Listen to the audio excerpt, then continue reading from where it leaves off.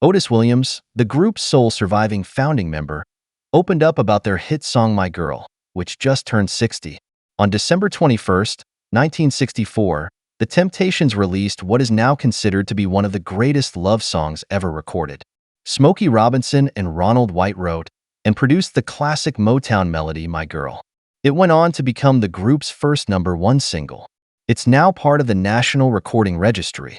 I remember being in the studio, and we heard My Girl for the first time. Otis Williams, the group's sole surviving founding member, told Fox News Digital.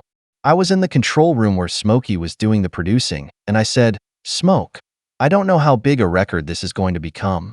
Then we were at the Apollo. We got telegrams from the Beatles, Berry Gordy, the Supreme, and Jules Podale, the guy who ran the Copacabana. Still have those 4 telegrams hanging up in my home today. They're very precious to me, he reflected. I just never imagined that the Temps would be receiving so many wonderful accolades at such an early stage. We formed in 1961, but we didn't have hits until 1964. The song put us on the map. When asked who's the mystery girl behind the single, Williams chuckled and replied, "You have to ask Smokey that one." Smokey and his wife at the time, Claudette, saw us at a place in Detroit, a very popular nightclub called the 20 Grand, Williams recalled. They came to see us, and he was like, "Man, you guys are dynamite." He then stopped and said, "I have a song for you." We were young and cocky, so we were like, "Bring it on. We can sing anything." My Girl was a follow-up to another song that was written and produced by Robinson. Mary Wells, My Guy, Billboard.com reported. That track is also celebrating its 60th anniversary. Williams said the secret behind the song's lasting impact is surprisingly simple.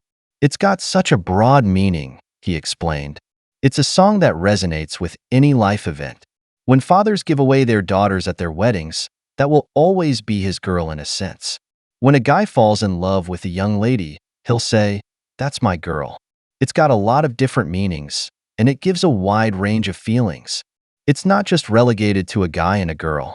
It's a way of being expressive about love. It's simply a great song with easy lyrics. It's not offensive at all, Williams continued. It's a melody anyone can remember. That's why it's so priceless. It's just a wonderful way of expressing what a man would feel about his woman.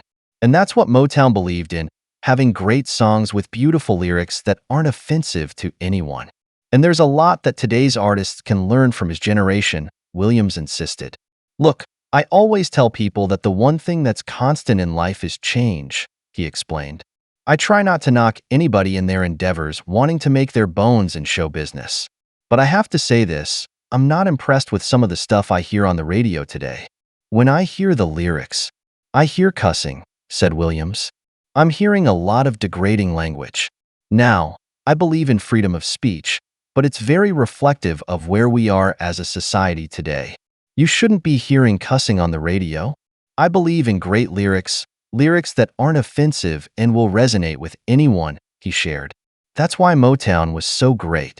They stressed great songs. They were called songs for America. I know my time was a different time, but I'm just not impressed with what I'm hearing on the radio these days.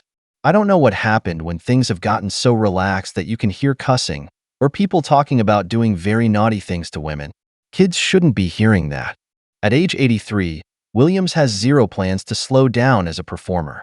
Look, I always tell people that the one thing that's constant in life is change. I try not to knock anybody in their endeavors wanting to make their bones in show business.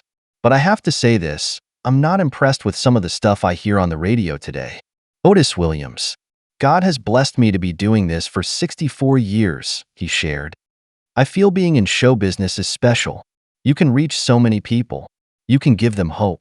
You can uplift them during tough times. So we will always try to be a wholesome act. We will not come out on stage and grab our private parts and sing about doing this or that. We were taught that if you perform with the right kind of respect and dignity, you will always have people. God and his infinite wisdom brought us into that studio. I truly believe that, said Williams. And this was a very special time during the 60s. Now, the 60s was crazy, like we are today. But it's a true testament that a song can still be loved 60 years later. Our audience has grown up with us, he shared. We were young when we started, but look where we are now.